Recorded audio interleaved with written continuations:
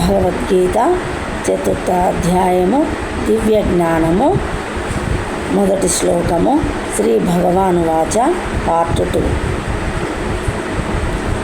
యచ్చక్షురేష సవితా సకలగ్రహాణాం రాజా సమస్తసురమూర్తిరశేష తేజః యస్యాజ్ఞాయ భ్రమతి సంభృతకాలచక్రో గోవిందమాదిపురుషం తమహం భజామి. ఏ ఆదిపురుషుని ఆజ్ఞచే గ్రహములకు రాజైన సూర్యుడు అత్యధిక శక్తిని మరియు ఉష్ణమును పొందుతున్నాడో అట్టి దేవాది దేవుడైన గోవిందుని నేను భజింతును.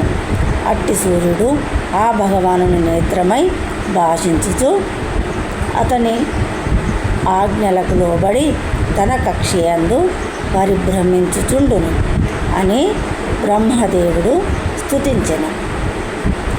సూర్యుడే సమస్త గ్రహములకు రాజయ్యున్నాడు. ప్రస్తుతము వివస్వానుడను పేరు గల సూర్యదేవుడు ఇతర గ్రహములన్నింటికి ఉష్ణమును మరియు వెలుగును సమకూర్చుతూ వాటిని నియంత్రించడి సూర్యమండలమును పాలించును. అతడు శ్రీకృష్ణుని ఆజ్ఞను అనుసరించి తన కక్షలో పరిభ్రమించుచుండును. ఈ భగవద్గీత శాస్త్రము అవగాహన చేసుకొనుటకు శ్రీకృష్ణ భగవానుడు తొలుత వివస్వానుని ప్రథమ శిష్యునిగా చేసుకొనెను. కనుకనే గీత అనాది కాలము నుండి వచ్చుతున్న ప్రామాణిక శాస్త్ర గ్రంథమే కానీ అప్రామాణికమైన లౌకిక పండితుల కొరకు ఉద్దేశింపబడిన ఊహాకల్పితమైన గ్రంథము కాదు.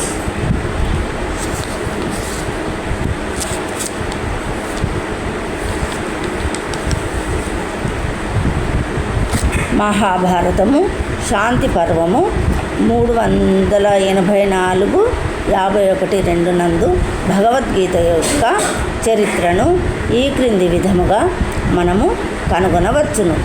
త్రేతాయుగాదౌ చ తతో వివస్వాన్ మనవే దదౌ మనుష్యలోకభృత్యర్థం సుతాయేక్ష్వాకవే దదౌ ఇక్ష్వాకుణా చ కథితో వ్యాప్య లోకానవస్థితః. త్రేతాయుగారంభమున మానవునికి భగవానునితో గల సంబంధమును తెలుపు ఈ శాస్త్ర వివస్వానునిచే మనువునకు బోధింపబడినది. మానవ జాతికి మనువు తండ్రి అగుటచే దానిని తన పుత్రుడును భూమండలమునకు రాజును శ్రీరామచంద్రుడు అవతరించిన రఘువంశమునకు మూల పురుషుడైన ఇక్ష్వాకు మహారాజునకు అందించెను.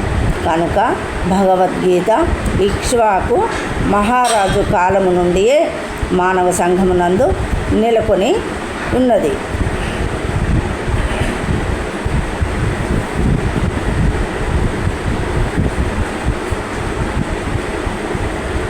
ప్రస్తుతము 4,32,000 సంవత్సరముల కాల పరిమితి గల కలియుగమున కేవలము 5,000 సంవత్సరములు మాత్రమే గడిచినవి. ఈ యుగమునకు పూర్వము ద్వాపర యుగము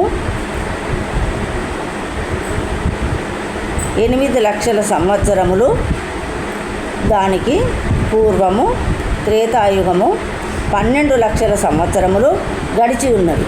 ఈ విధముగా దాదాపు 20,05,000 సంవత్సరములకు పూర్వము మనువు తన శిష్యుడును మరియు భూమండలమునకు రాజును అగు ఇక్ష్వాకునకు ఈ భగవద్గీతను బోధించెను.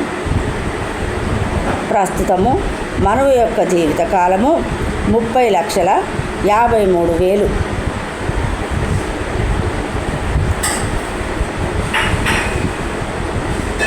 $30,53,000 సంవత్సరములుగా లెక్కింపబడినది. అందులో 12,04,000 సంవత్సరములు మాత్రమే గడిచినది. మనువు జన్మించుటకు పూర్వమే భగవద్గీత భగవానునిచే తన శిష్యుడైన వివస్వానునకు తెలుపబడిన విషయమును అనుసరించి దాదాపు 12,04,00,000 సంవత్సరములకు పూర్వమే ఇది చెప్పబడినట్లు భావింపవచ్చును.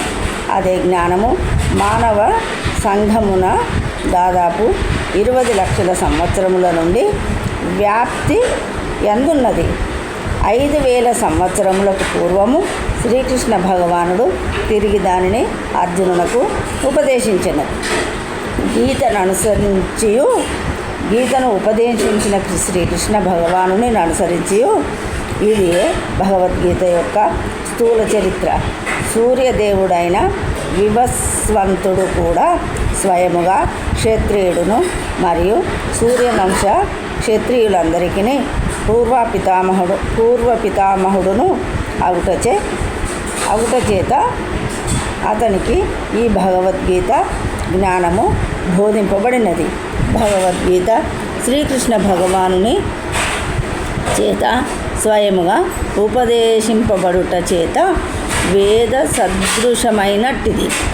గీతలోని జ్ఞానము అపౌరుషేయము అయి ఉన్నది. మానవ కల్పిత వివరణలో సంబంధం లేకుండా వేదమునందలి ఉపదేశములను యథాతథముగా అంగీకరించినట్లుగా భగవద్గీత ఉపదేశములను కూడా ఎటువంటి లౌకిక వివరణలు లేకుండా యథాతథముగా అంగీకరింపవలసి ఉన్నది. లౌకిక విద్వాంసులు తమ ఇష్టానుసారము భగవద్గీతను గూర్చి ఊహాగానాలను చేయవచ్చును. కానీ అది ఎన్నటికీ భగవద్గీత యథాతథము కాజాలదు. కనుకనే భగవద్గీతను యథాతథముగా గురుశిష్య పరంపర నుండి అంగీకరింపవలెను. అట్టి దివ్య జ్ఞానమును శ్రీకృష్ణ భగవానుడు తొలుత సూర్యదేవునికి బోధింపగా సూర్యదేవుడు తన పుత్రుడైన మనువునకు పిదప మనువు తన పుత్రుడైన ఇక్ష్వాకునకు బోధించినట్టుగా ఇక్కడ వివరింపబడినది. జై శ్రీకృష్ణ.